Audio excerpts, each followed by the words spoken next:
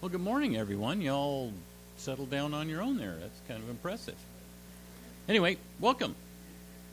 Glad you could make it. I realize there's a lot of energy in the air because we got some special people here today. But before we get to our special guests, we do have some announcements. Something that's noteworthy is Ladies Walk and Talk at Thompson's track is canceled this week. So if you didn't know, that is canceled. Also, the regular stuff's going on. Prayer on Wednesday at 5:30. The watch party on Wednesday at 7. Women's study and get together at 6 on Thursday. So that's all. You can find all that info on the webpage. Nice segue. And that's at gorgechristianfellowship.church if you haven't been to the webpage. And actually the webpage is, is what? Slick. It's pretty slick. And you're like, oh, well, you're bragging on yourself. No, I'm bragging on Robert because he's done an amazing job putting the webpage together. It's a lot smoother. I mean, for real. And so the teachings are on YouTube and also over on Rumble. Yeah. Oh, yeah. We got a presence on Rumble. Let's see what else. There's other announcements. Oh, you know what today is? It's the first Sunday of the month. And what that means is everybody that has a birthday in August, we're going to sing happy birthday to you. And if you'd like, you can raise your hand so that we can, do that. If your birthday is in August. Oh, we have a Thompson. Oh, wow. Okay, anyone else? We got it. All right, so we're going to sing happy birthday and then inject the person's name that you would like to sing happy birthday to as we get to that part, right? Ready? Happy birthday to you. Happy birthday to you. Happy birthday, dear. Happy birthday to you. So, in celebration of that, after the service with our usual wonderful snacks that have been lovingly prepared, there's also birthday cake. So be sure and get a piece of that. Ooh, and now I'm talking louder. Let's see. Child Evangelism Fellowship, I think, has an announcement for us. So they're going to come up. Yes, my pronouns are they. So we do something each year called 5-Day Club. Okay, so 5-Day Club is our annual VBS, right? So we have Vacation Bible School, and those are typically 3 hours. And so what we've done here at Columbia Gorge Christian Fellowship for about the past 5-6 years is we've done a 5-Day Club, which is an hour and a half from Monday through Friday. And kids come, and we do Bible lessons, songs, games. It's a lot of fun. I've personally been leading them with a group of teachers ever since mid-June, and it's been an awesome experience. It's one of my favorite things to do ever. So if you have kids, or you know someone who knows kids, invite them to 5-Day Club. It's going to be a ton of fun. So this year, we've always done it here at our church in the past, but this year we're going to be doing it in partnership with One Life Church. So the old Foursquare Church, it's just down the road here on Old Buford Road. So it'll be August 12th through 16th at 1 to 2:30. So August 12th through 16th, 1 to 2:30 at One Life. Bring all the kids you know. Tell everyone. It's going to be a ton of fun.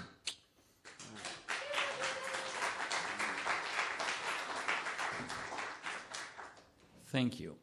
And how many years have you been involved with this? 6. So. I'll bring flyers next week, and we're also going to update the webpage for the details. Okay. Outstanding. So, are there any other announcements? No? Okay, I guess without further ado, Gabe and Bethany and perhaps their whole family. I don't know what's in store, but anyway, the Thompsons are here, and they're going to give us an update on their ministry. And some of you may not know, but the Thompsons go way back to Murray's Addition. So they've been a part of our family, or we've been a part of theirs, or something. Anyway, they're going to clue us in. So here they go. Give them a hand.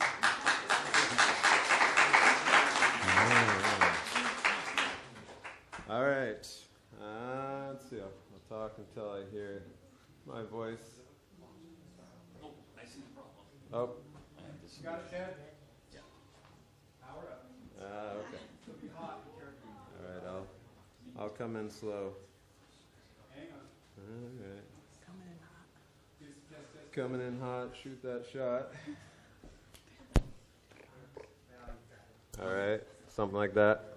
I'm not putting this on because I'm not going to do all the talking, so I'm going to kind of just share this. Anyways, good morning. We are the Thompsons. It's just weird having this thing like here. I feel like there's a mosquito just right here. And yeah, we've been associated with this body for a long time, but we'll quickly do introductions. So I'm Gabe. This is my wife, Bethany. I'm not going to tell you our ages. It's not really important. But I was telling the kids, because they don't really want to talk, but I was like, I might mess up your ages. So if you guys don't want me to mess up your ages, you can say how old you are. But this is Hannah. And how old are you, Hannah? I am 9 years old. Okay, I would have been right on that. Hannah's 9. And then next to her is Shay. I'm 16. 16. Eli. 11. Autumn. 14. 14. Naomi. Naomi's got a birthday this month. Later this month. I think she's going to be 12? No? 17. Yeah. And next to her is Becca, who is 14. And so, yeah, this is our family, at least the part that can come to the States with us. We have several more kids we'll talk about down in Mexico who are basically like our family, but we didn't really want to try to sneak them through the border because they don't have papers to come up here. Even though, yeah. So, that's our family. God is good. A lot of you remember some of those kids when they were just little teeny things. Me too. I can't see anyone. Oh, is that one on too? Oh, okay. Oh, wow. So maybe I don't need to switch off. All right, well, I'll put this in my pocket. I feel like I'm... Before we start, as I think about all that God is doing in our lives and your lives, and as I've been reading through His Word, it's just how consistent we come back to this idea that God's fame, His glory, His honor, it all goes back to that. And that we are part of giving Him glory, giving Him honor, giving Him fame. And it's all through what I read, all through the Israelites going and so much other, it always concludes when God is speaking and Him saying, and they will know that I am God. And so often we put ourselves kind of the starring role in our lives, and God is kind of a supporting actor, you might say. And really, He's the starring role. And the cool thing is when we are in His will, things actually work out better for us.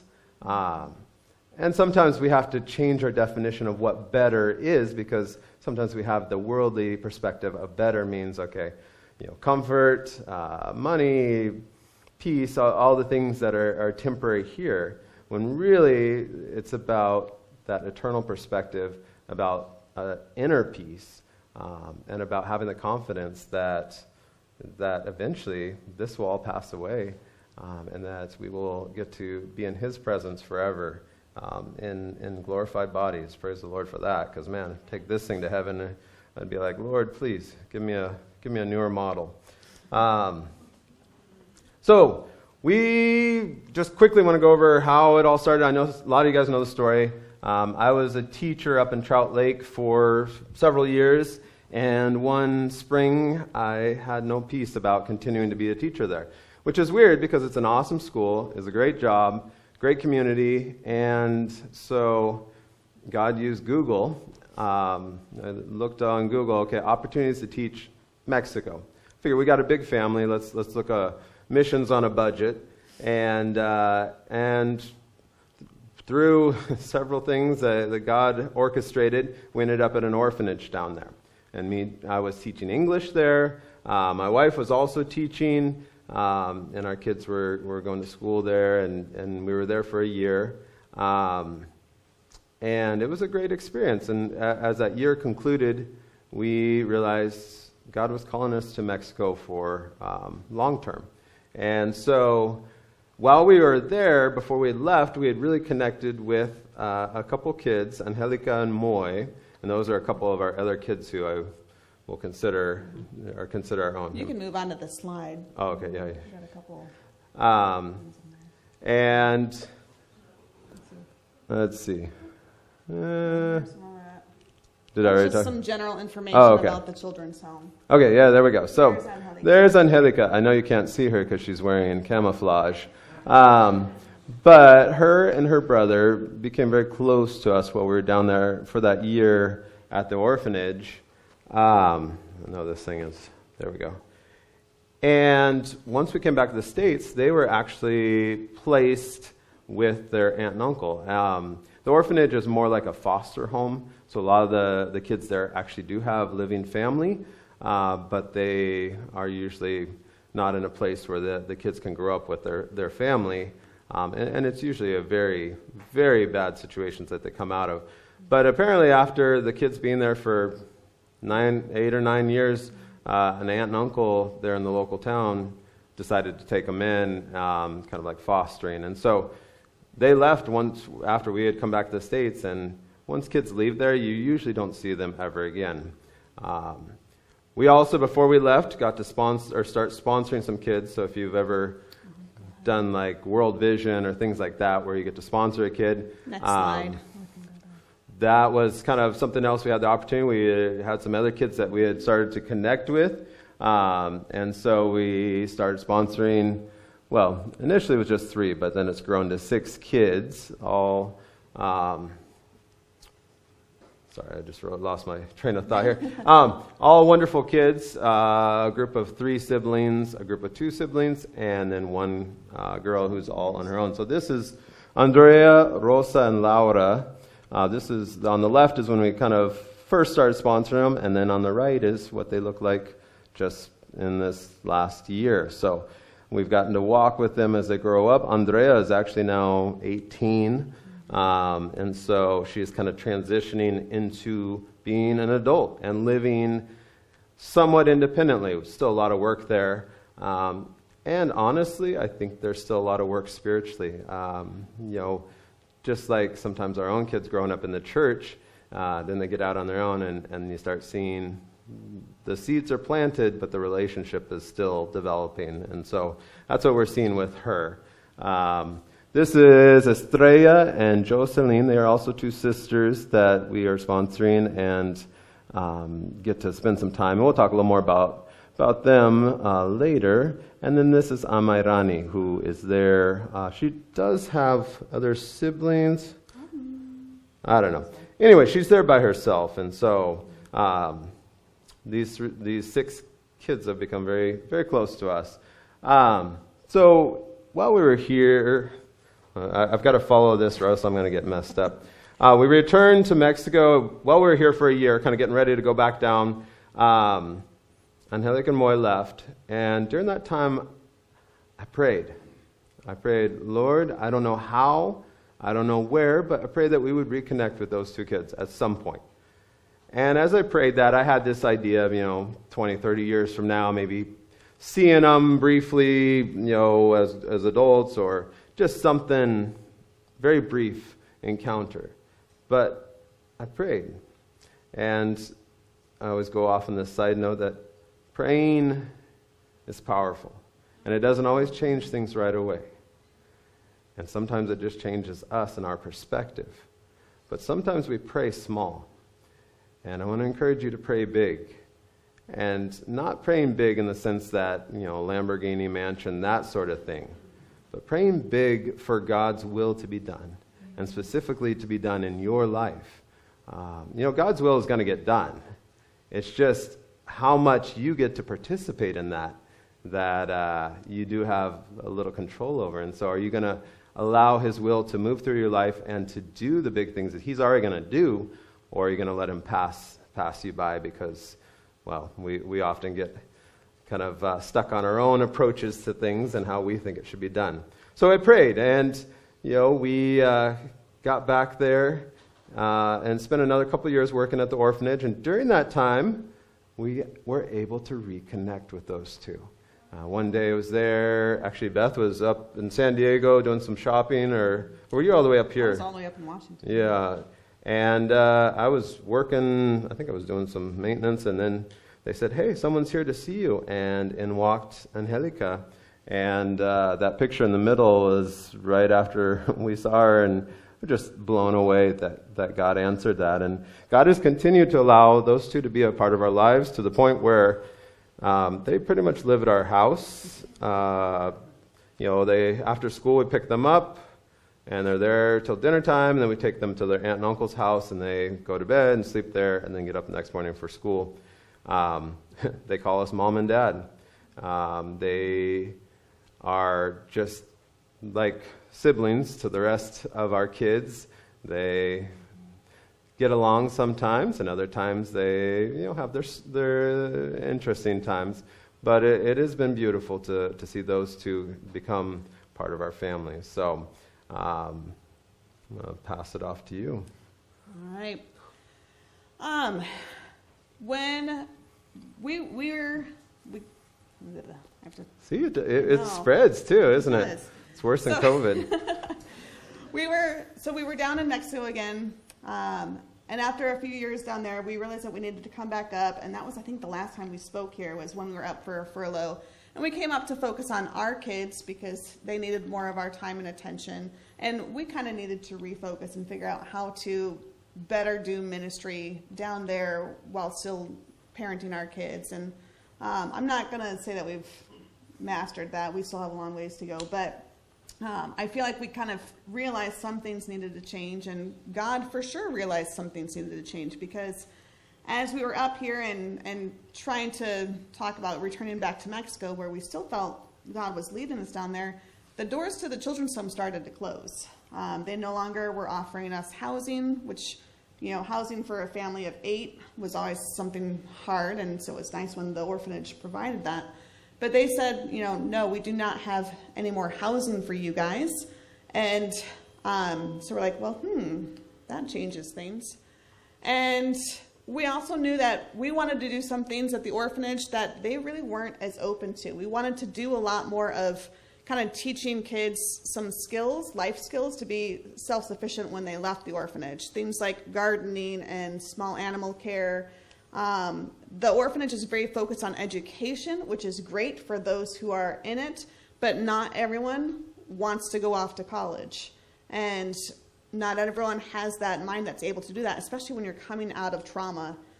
Their minds, it's a lot harder to go into education. So for those who were aging out at 18 and weren't interested in more college, we were watching these kids flounder. And so we wanted to do something about that, but the orphanage was like, nah, we're happy with where we're at. And so we started really praying, and we felt like God was leading us in a different direction, but we weren't exactly sure what that was. And we had some ideas, and we still felt like God was saying, go ahead. We had some short-term housing lined up. Didn't have long-term housing when we went back down last summer. Didn't have an organization that we were officially partnered with. But God had been moving, and so we went down last summer and spent some time with an organization, and after a few weeks we're like, okay, we really like this, we're willing to partner with you, and they're like, that's great. We would like you to become the new directors of Hope Village. And Gabe and I looked at each other and we're like, when did this happen? We've never been directors of anything, and we'll tell you a little bit more about what Hope Village is in a little bit, but it was like the door was just being blown open, and we just had to be obedient and to say yes, even though we were terrified because we didn't know what we were doing. We were able to find a rental home to move all our kids. Like, God provided doors and windows to be open, and so that was great. One of the interesting things that we realized is that we were in a bubble at the children's home. We would hear stories about, the kids that came to the children's home and how things were actually out in the community, but we really didn't have a clue. And so our eyes were wide opened. And so some of the things that we were learning about, and go ahead, yeah. The increased awareness, go back to, that's just, Yeah, go on. I already talked about that. So housing, as I was looking for rentals for my family, I realized that I have to specifically look for ads that specify that there is an indoor bathroom, because that is not the norm down there. Most houses, if they don't specify that there is an indoor bathroom, all they have is an outhouse. Most places were 1 to 2 bedroom houses, and you can fit a lot of people in those. And I mean, these were the nice ones. If you had like a 2 to 3 bedroom house, that was excellent. And one of the things that our organization does is they bring groups down from the States and they build houses for families who are in need. And I'll give you an example of one of the houses that someone would live in before we would build a house for them. This is what a lot of people live in. They get plywood, they kind of put it together, and then they wrap it in plastic.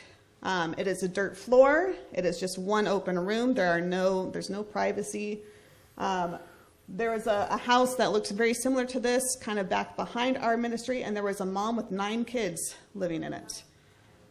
Even their outhouse was not a nice outhouse. We've seen outhouses before where someone took basically like a refrigerator box and kind of cut slits on 2 of the walls, and so you kind of lifted up one side wall of the cardboard box and went in there, and that was their outhouse. So our eyes were truly opened to the poverty that a lot of people are living in.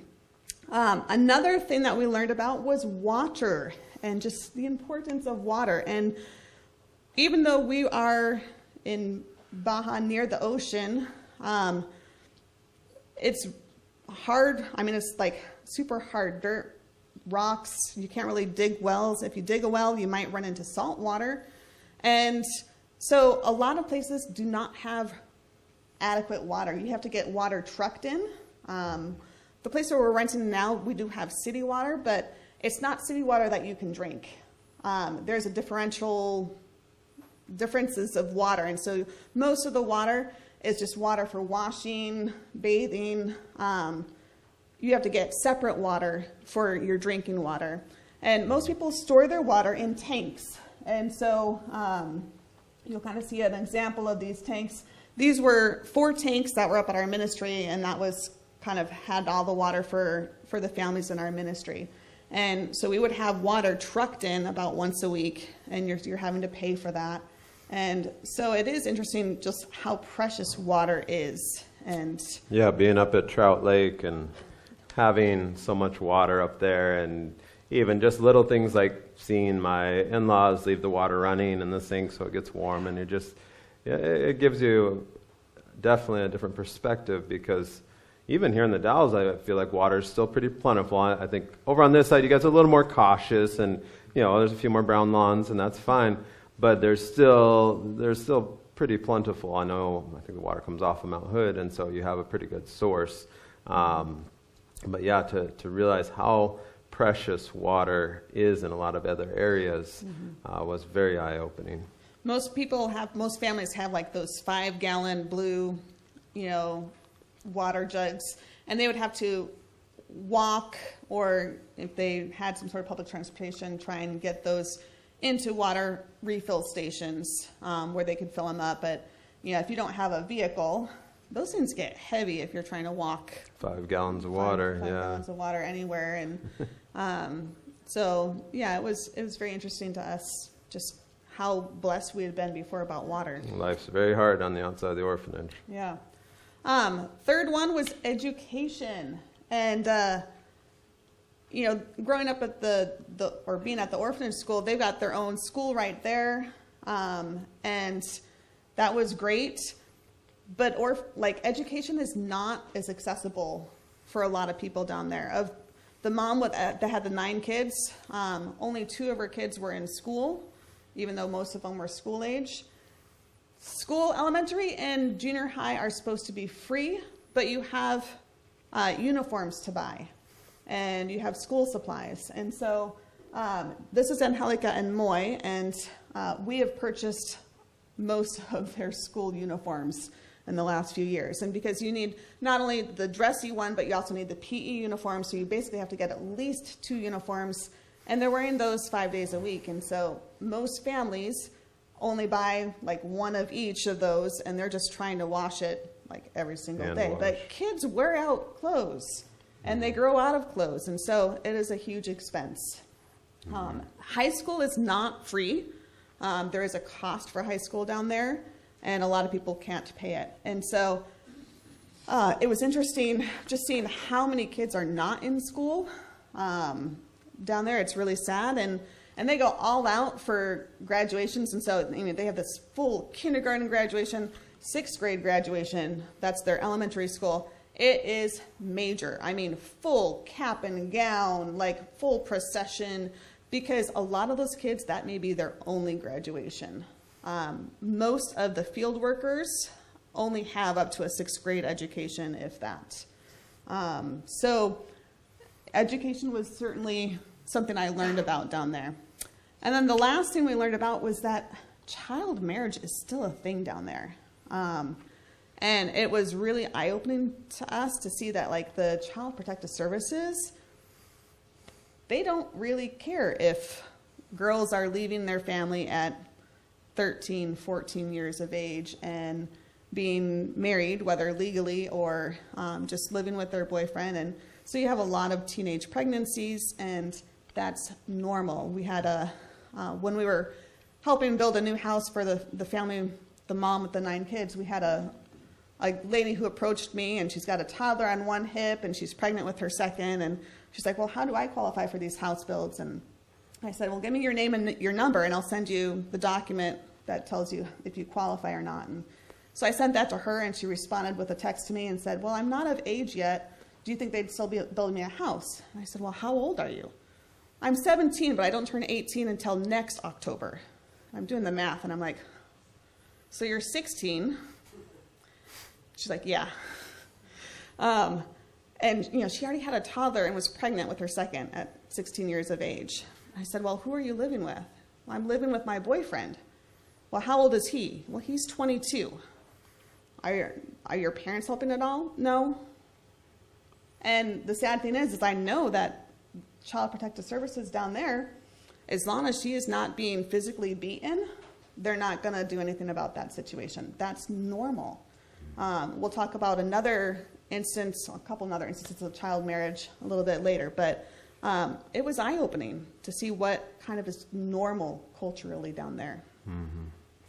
So let's talk about Hope Village, the place that we have been given the reins of managing, and it's a women's shelter for women who are moms, and so who have kids with them. And the idea is, in the past, ladies who are in bad circumstances would actually drop their kids off at the orphanage that we used to work at, in hopes that their kids would have a better life, would have protection from whoever the lady was living with. But that has really gotten to the point where that doesn't happen very often anymore. Just the orphanage no longer accepts kids on that basis. But it's also, if the mom's in a situation where she's still able to care for her kids, it is better to keep the mom with the kids. Financially, for their sanity, for so many reasons, if the mom's in a spot where she can still be a good mom, if her circumstances are changed a little bit, it's best. And so our goal is to have these moms with their kids come in. It's a 2 to 3 year program. And while they're there, they do not pay rent. They basically get to stay there for free. But the idea is that they are working during that time, and most of them work in the fields for $13 a day, for $11 a day picking strawberries. But they save up money, and they're able to buy property. And the idea behind that is that, as we talk about people getting houses built, that they have something in it too. It's not just a handout, that they've already spent time, spent labor purchasing this land, and then they have a group come down that comes alongside for the house build. And by the way, these houses, they are basically glorified sheds for an American perspective. It's a 20 by 22 foot pad, and it's a very simple rectangular house with usually one kind of larger room that's the living room kitchen, and then 2 or 3 very small bedrooms just for sleeping. And so, 2 to 3 years they stay there. We also work with them, getting them plugged into the church, getting them plugged into spiritual help, basically. And because we know that we can help them with their physical needs and so many other parts, but if we just say, oh, it's okay, you'll be fine, and they go back out there not knowing Jesus Christ, that they're going to struggle, and ultimately they're going to miss out on the greatest gift of all. And so we start with the spiritual, but then we also look at the physical, being independent, knowing how to take care of a house, knowing how to do some simple things like raising chickens, have a garden. Some of those things that we had wanted to teach over at the orphanage, but God said, well, I've got something else for you. And so we have that opportunity now. And even things like parenting. You figure some of these ladies were children when they became moms. And so, and many of them did not have good parenting modeled. And so teaching them how to set boundaries with their kids and things like that. And all of a sudden, 2 to 3 years seems pretty short amount of time to try to teach all this and to watch God work. But we also know that if we just say, oh, it's whenever, like anything as humans, we like comfort. And when we're in a comfortable spot, sometimes it's hard to kind of get us moved on. And so it is a balance on making sure that they kind of have a goal and are keep moving forward. So this behind you is Hope Village. It's situated on a hill, and we've got several basically duplexes, kind of 2 houses that share a middle wall.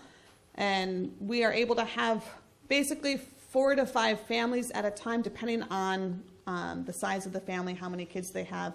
We have a couple of workers that come in and watch the kids while the moms are at work.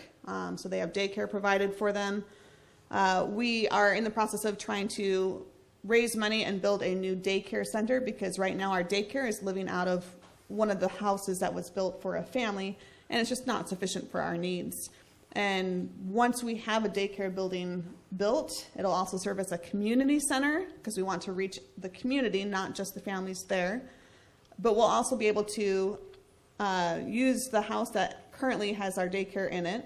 And then we have 2 houses that are not completely done, but they hold our donations, computer lab, things like that. So all of that will get moved to the new building, and we should have room for up to 8 families at a time once we have a working daycare center, community center.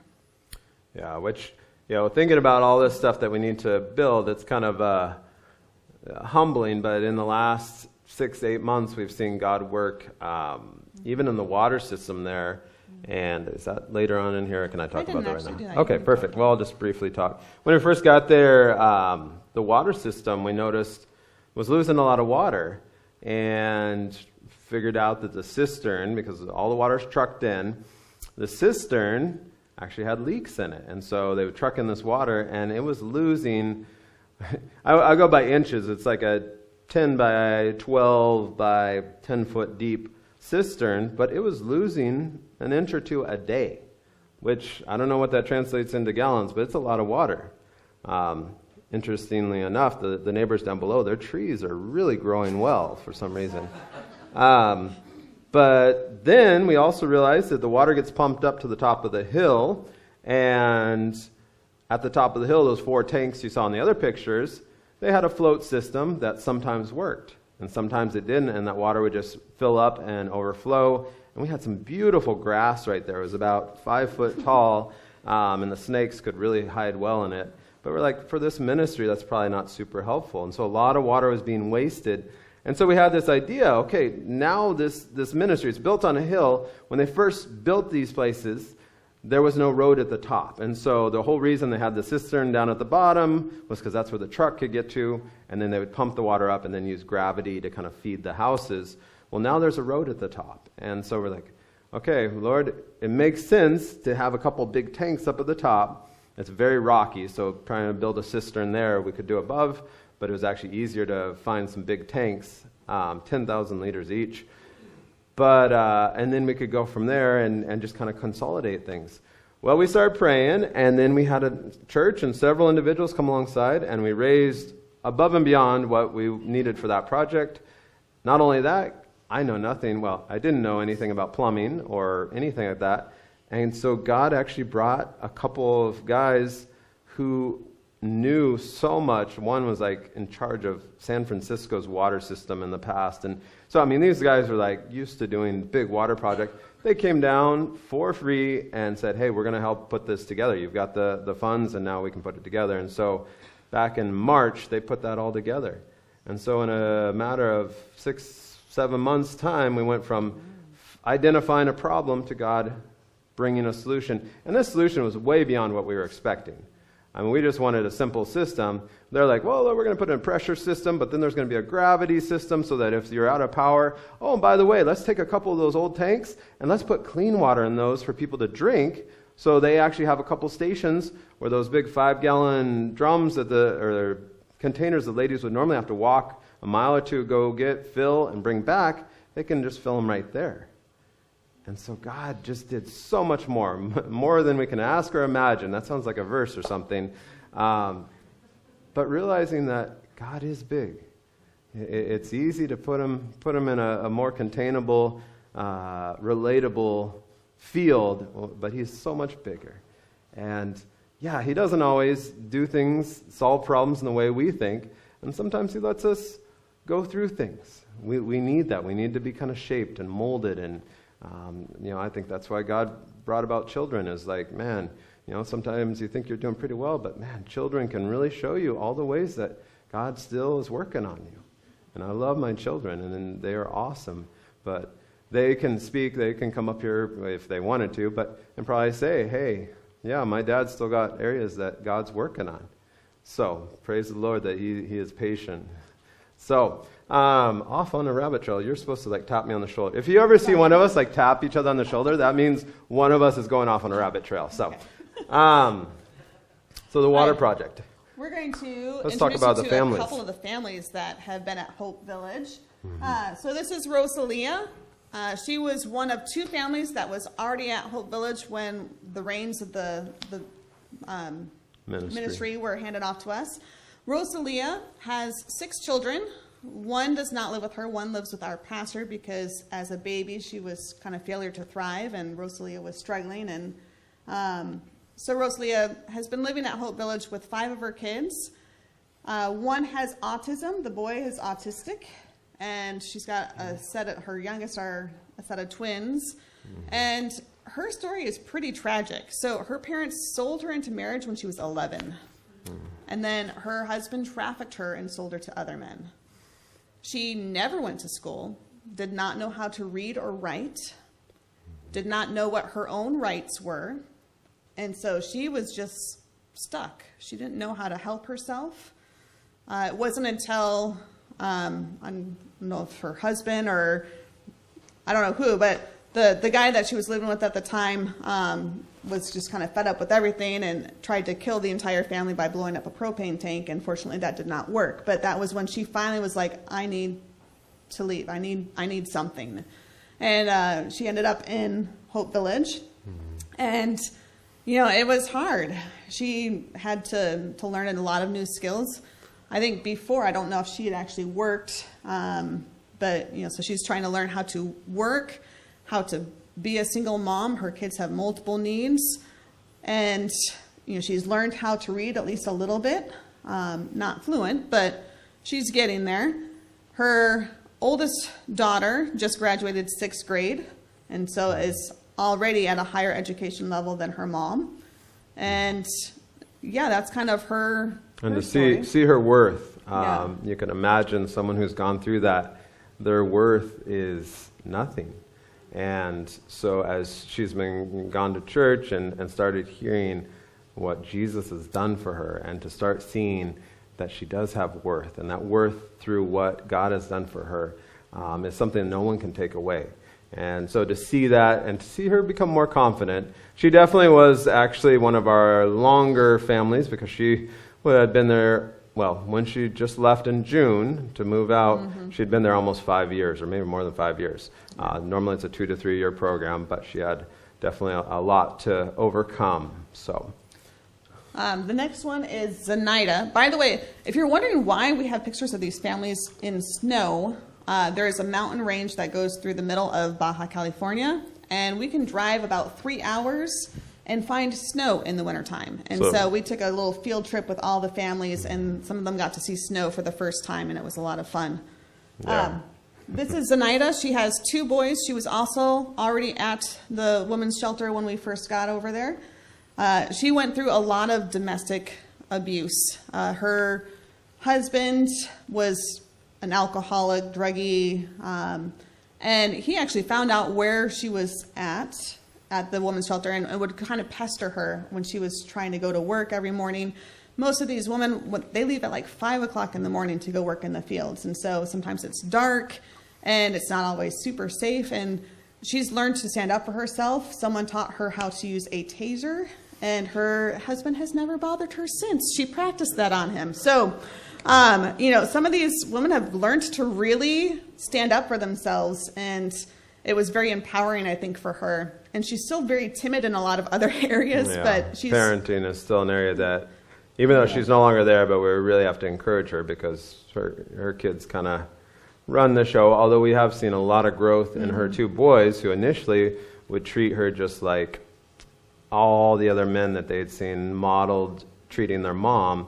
They treated her very poorly. And so over the time that we were there working with them, to where it went from they would see their mom, hauling groceries up the hill and just kind of be like, "Hurry up, Mom, I'm hungry," to now they see their mom getting groceries out and they run down to help out, and they're much more involved in being serving their mom and helping their mom and encouraging her through that. So a lot of growth there. Yeah, Zenaida and Rosalia both moved out onto their own properties this past June, and it was scary for them, but it's a huge important step for them to move out. So I think there were pictures up there of Zenaida's house, maybe not.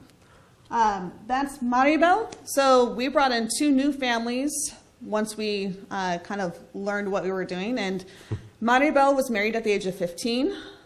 She is, I think, 25, but she's got a 9-year-old. So she got pregnant when she was 14, and she's actually really a go-getter. She was, I think, the oldest or second oldest of something like 10 siblings. And so she did a lot of caring for her younger siblings, really is fairly independent. She just needs that opportunity to kind of get back on her feet. And so it's been really fun watching her work and save up money and just kind of, making and growing and goals. She's growing. She's joined a discipleship program at our church. We do require that the families go to church twice a week. It's part of our program. And we obviously know that we can't force a relationship with the Lord on these ladies. It has to be their choice. And so some things are optional. So our church offers like a 4-level discipleship program, and she, of her own accord, decided that she wanted to start that. And so she is now doing the discipleship program. Her oldest daughter accepted the Lord and Savior about a month ago. Yeah. So that was really cool to hear about. And it's neat because the discipleship programs there, they do a lot of learning scriptures and going through what salvation means and a foundation. But they also stand up in front of the church body every Sunday and quote some of the verses they've been learning. So it's not one of those programs you can just kind of slide by and be out of sight. She goes up with the rest of the group and quotes God's word. And to see even that confidence come, that can only be from the Lord and from Him doing a great work in her. And so, with her too, there's also, because she was had a big family growing up when she was younger, she sometimes is a little on the rough side with her kids as far as verbally, and so that's an area that we're like, all right, we're going to help you with parenting on the more tender side, to where your kids also see that side of you as well. So. And then the last mom that we have right now is Elda. Elda has 1 daughter. Theirs is a little bit more of an interesting story. Normally, our ministry focuses on women coming out of abusive situations or trafficking. Elda's was a little bit different. We got a call from one of the other staff members at the children's home that we had been working at, and she was telling me that she's got a family member who was coming by bus with her daughter from like the state of Oaxaca, which is at the southern tip of mainland Mexico, all the way over to Baja. And that's like a 3, 4, 5 day bus trip. But they had no plans, nothing. They were just being shipped out, and she needed a place to stay. And we're like, well, this is kind of random. But the story is that Elda was raised by an alcoholic mom. She kind of left when she was able and moved to Mexico City. Was, I think, working there and sending money back down for family. She's got a couple other family members down in Oaxaca. But she got pregnant in Mexico City, had some complications with the pregnancy, returned to Oaxaca to give birth. And then she left her baby in Oaxaca with her alcoholic mom while she went back up to Mexico City to continue working and sending home money. And so now you've got this little baby growing up with alcoholic grandma. The alcoholism just keeps getting worse and worse and worse.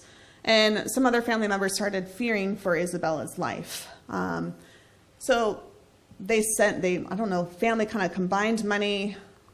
They're like, you need to go get your daughter, and you need to go start a new life somewhere else. Yeah. And they knew that there was this one family member, well, it wasn't a biological family, but kind of like family, who was working in Baja at a ministry, and they're like, we're going to send you to Abril. And so Abril's like, what did this happen? But long story short, these two have never really lived together. Elda didn't know how to be a mom. Isabella had never lived with her mom. And so we're kind of giving them an opportunity to learn how to be mother and daughter. And this is the first opportunity that they've ever had to do that. Isabella's what, 7, 8? 8 years old. So imagine going to live with your mom for the first time at 8 years old. Mm-hmm. But it's coming together. I'm starting to see more and more of a relationship there. Mm-hmm. Although Elda is much more kind of closed off on spiritual things. She's going to church and all that and being involved. And we do see her starting to participate in prayer. But we don't know a whole lot about what God is doing there. And, side note, just like many of you have family and friends that I'm sure you're praying for. And some of you may have not seen any evidence that God's doing a work. But don't give up, because God is doing things. And it's His time. It's His plan. I don't know.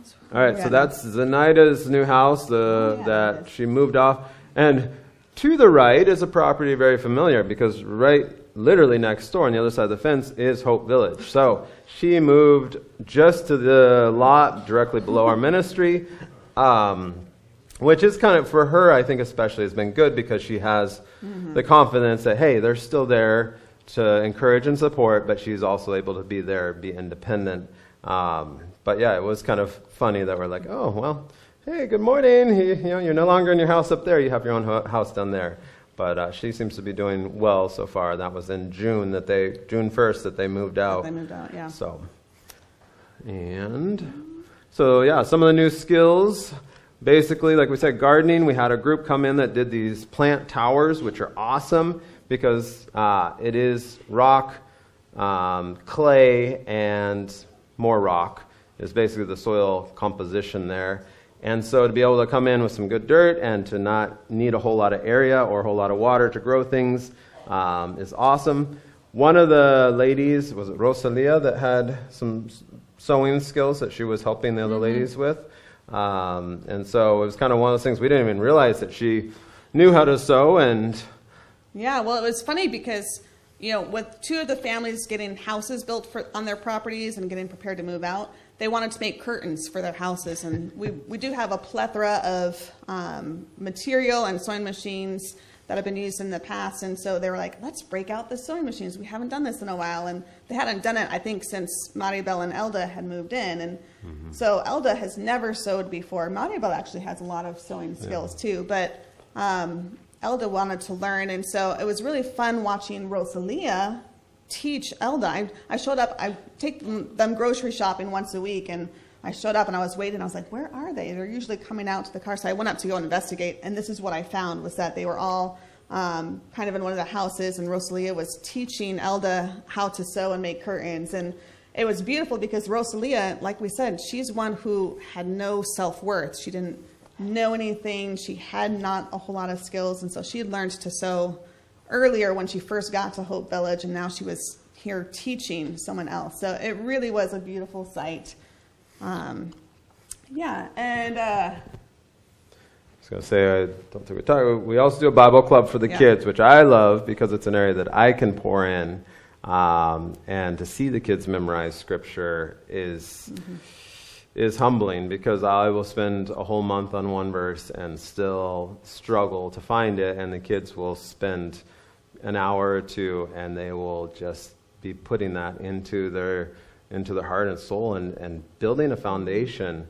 And the cool thing too is they enjoy it. You know, we went a few weeks without doing Bible club because we had a bunch of stuff going on.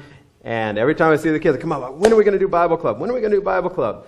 And to see that sort of excitement, you know, I mean, as adults, you know, there certainly are moments, but with kids, to be able to use some of those gifts that kids have of being able to absorb information, and that excitement for what God has in store for them. And that is definitely an area that we continue to figure out how to expand it, and to just use what God's given their brains to pour in what He's done. So. And we also were doing a Bible study with the moms, and I found this great resource that offered Bible studies in Spanish. We've learned a lot of Spanish since being down there, but it's still hard to be considered fluent. Like, there are a lot of words we don't know, and especially when we get passionate, like the words just fly out of our brains, and we're like, I don't know what that is in Spanish. But we did an interesting study on the paternity of God, because that is an issue where you have a lot of women who their only experiences with, you know, fathers here on earth were absolutely horrendous. None of them have good fathers. Their kids are being raised without good fathers.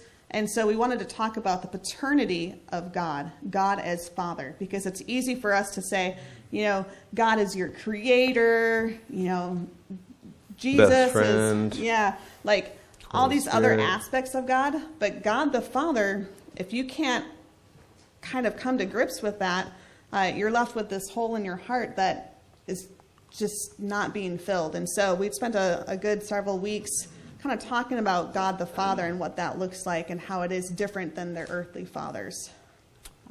It was good. It's good stuff. I know we're at 45 minutes, and we're going to just wrap things up because you guys have been awesome. I think just, you know, God continues to use that ministry. We have ideas, dreams of how to continue to grow it, but also realizing, like anything, that as we put things out there, we always put it before God and say, all right, you know, you've given us these ideas and thoughts, but how would you have this come to be, and in your time? And so lots of opportunities in the future, which we would love to encourage any of you guys who would like to come down and see what we're doing. We tell people, if you can get yourself to San Diego, we can come up, pick you up, get you down there. We got a place for people to stay, all the tacos in the world, and yeah, it's a pretty amazing experience. I remember sitting in churches before and hearing people talk about missions, and it's great, but until you have relationships with some of those people, those pictures of the people you're seeing on the screen, there's a level that you just can't quite connect. And so this is us playing, you know, the very intensive game of Phase 10. Phase 10 with some of our sponsor girls, which is something we continue to be involved with. Our 6 sponsor girls every week. We go over to the orphanage and play games with them, hang out, just kind of see how they're doing. Oh yes, now we quickly, God's provided. This is the last little section. See, I swear, it's only that big. So God's been providing, and like Beth said, we were able to find a house, a rental, a month after we got down there last summer, and all seemed to be well until it started raining. And then we actually saw Noah's boat go on by. No, it just kept raining, and the spot where this house is actually where all the water in the valley flows before it goes out to the ocean. And so we had our house flood not once, but twice, and nearly flooded a third time. Yeah, water crept in through the crack in the crack in the floor on the third floor. time. So we had water enter at least 3 times. Which was ironic, because like we're living in a desert and where our house is flooded twice. And there was definitely some times, all right, Lord, here, you've got us here, you provided, and now like we're living in this house that every time it rains, our kids are like kind of like, okay, we're going to have to evacuate because it's going to flood. And so we started praying, and God opened the door. I think it's the next one, a very big door of an old clinic that's been sitting. Well, it's not old; it's only a few years old, but it's been sitting empty for the last couple of years. And initially, we looked at it and we're like, wow, this is huge, and it is a lot more money to rent. But God said, go for it. And so we're now renting this clinic, and the idea is not just that our own kids have tons of space and can skateboard down the hallway, but that in the future, we might be able to use some of that extra space to help with the kids coming out of the orphanage. Like Beth had talked about earlier, some of those kids who maybe aren't going to go on to college, who are looking at other avenues, but to be kind of a transition for them into the community and keeping them grounded with a family, with having responsibilities. Yes, there would be a little bit of rent, they would have chores, but that they would also have a support system that would keep them going and would not, it would make it harder for them to kind of fall back into some of the stuff that we've seen some of the kids coming out of there fall into. And so we're in the process of saying, all right, Lord, we've been renting this place for 6 months. It's okay. Yeah, you can just go on to the kid pictures are more fun than a big building anyways. But we're just saying, okay, Lord, what's the next step? And so those two, Angelica and Moy, we've started talking to their aunt and uncle about them maybe coming and living with us. Especially Angelica will be starting high school here in a couple weeks. And so we're going to be getting her over there. And so we're seeing how God will use that. And our vehicles, our vehicles have broken down, but God continues to provide even through that. And to put things short, God always has a plan, and He will provide. Sometimes it means we're driving something that we didn't expect to drive, or we're maybe not driving at all, or sharing a ride with someone else. But God does provide. And so we continue to see Him. And you guys are a huge part of us being down there. This church supports us, both financially and prayerfully. And so, realizing that you guys are a part of what's going on in Mexico. And God is doing wonderful things through you. I don't know how many of you remember Ray Boltz, the Christian singer, long ago.